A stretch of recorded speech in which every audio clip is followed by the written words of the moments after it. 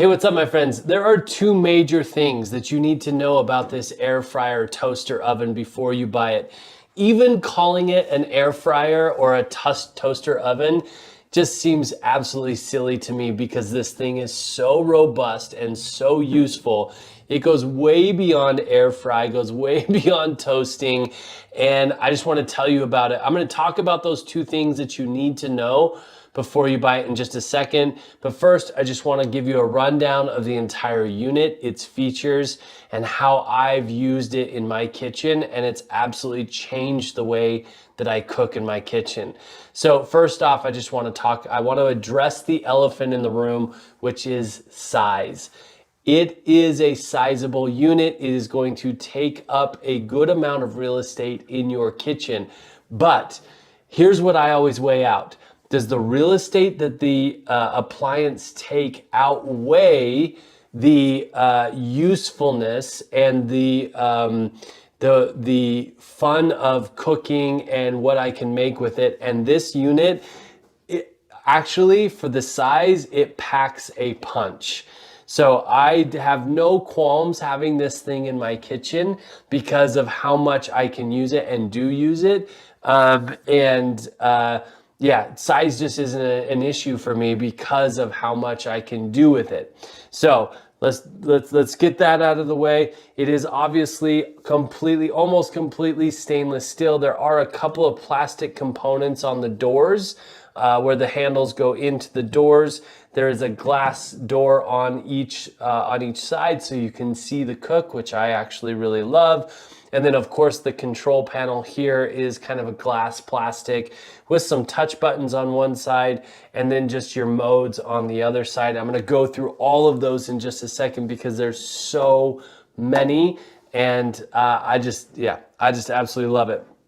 The cord on the back side of this unit is your pretty standard length cord. It is a 3-prong cord, so you do need that 3-prong outlet, and it's about a 1.5 to 2 foot cord. The rest of the whole body is stainless steel. It does get warm. I just will warn you of that. The exterior of this, if you're cooking, if you're roasting, or slow cooking or something like that, you don't want to be touching the outside of this oven. It does get uncomfortably warm. It's not going to burn you. I have touched it after cooking in this thing for an hour and a half, but I just want to warn you, it is uncomfortably warm. Now, the door design is one of the things that I absolutely love about this oven. The French door is so nice. All of the other toaster ovens that I've used like this that have the fold down door, I've burnt myself putting things into it on the bottom or on the top of my hand.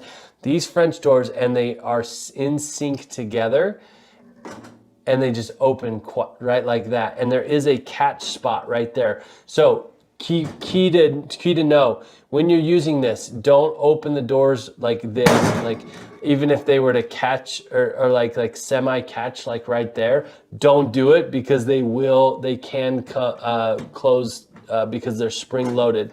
So you want to go all the way open to that catch spot. You have some cool features on the door. Even right here, it shows you exactly where to put your racks for different foods.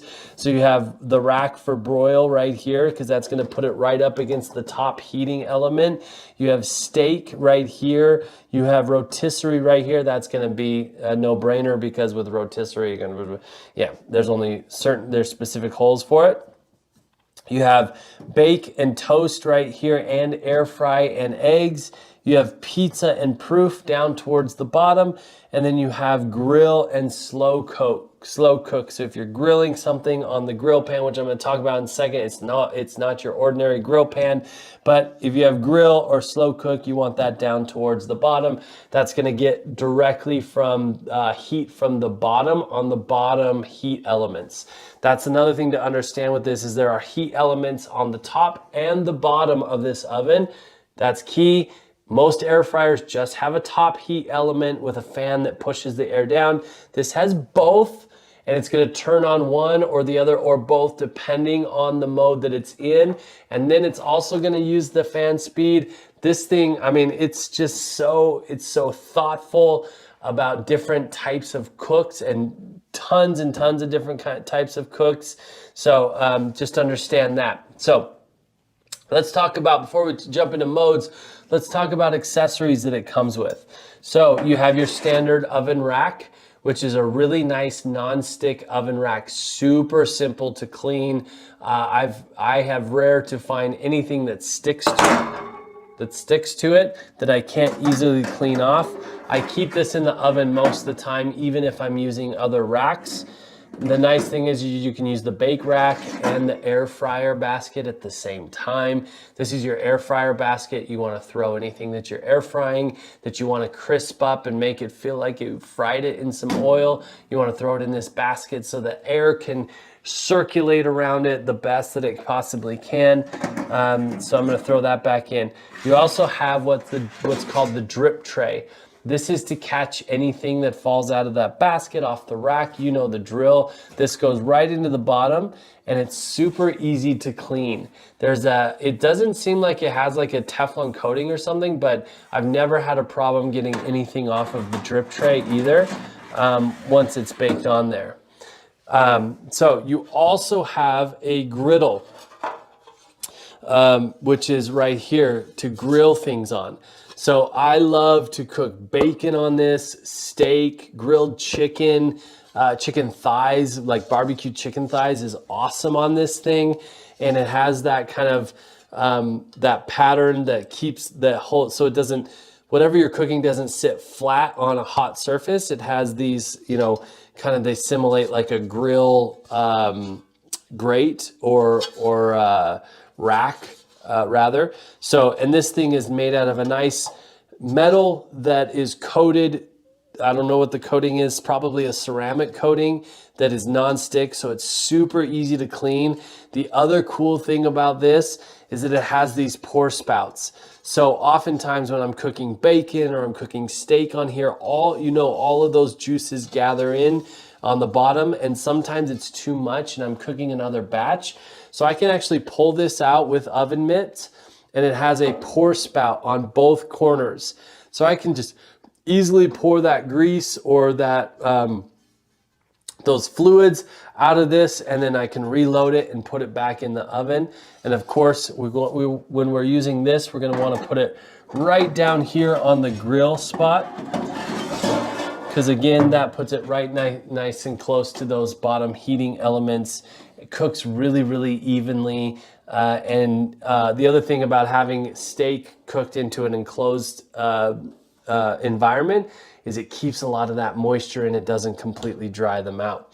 So finally, not a lot to say about this other than it's just super useful. This is your cookie sheet or your baking sheet. You can put cookies on it. We grill vegetables, zucchini on it. There's so much that we do on this. I'm telling you, once we got this unit, we use it way more than we use our giant oven, because oftentimes we're just cooking a side dish or we're just baking something that is smaller, and we don't need to preheat the entire kitchen oven. And this is a sizable enough oven that we can fit a lot of different things in it. It's so useful, and we can cook different things in different ways. I just absolutely love it. So I'm going to close these doors up now. I want to show you the operation of this. So the nice thing is it goes to sleep. You don't have to turn it off. It takes care of itself. You have all of these. I've never even counted them, but we got 1, 2, 3, 4, 5, 6 modes across, 4 down. So what is that? 6, 12, 18, 24 different modes. Now you go through the modes, and these are all presets. So when you have an oven like this and there's presets, what it's adjusting is temperature, time, and fan speed. And then this one adds the element of upper heating element, lower heating element. So there's there's 4 variations that it's playing with when you put it on a certain mode.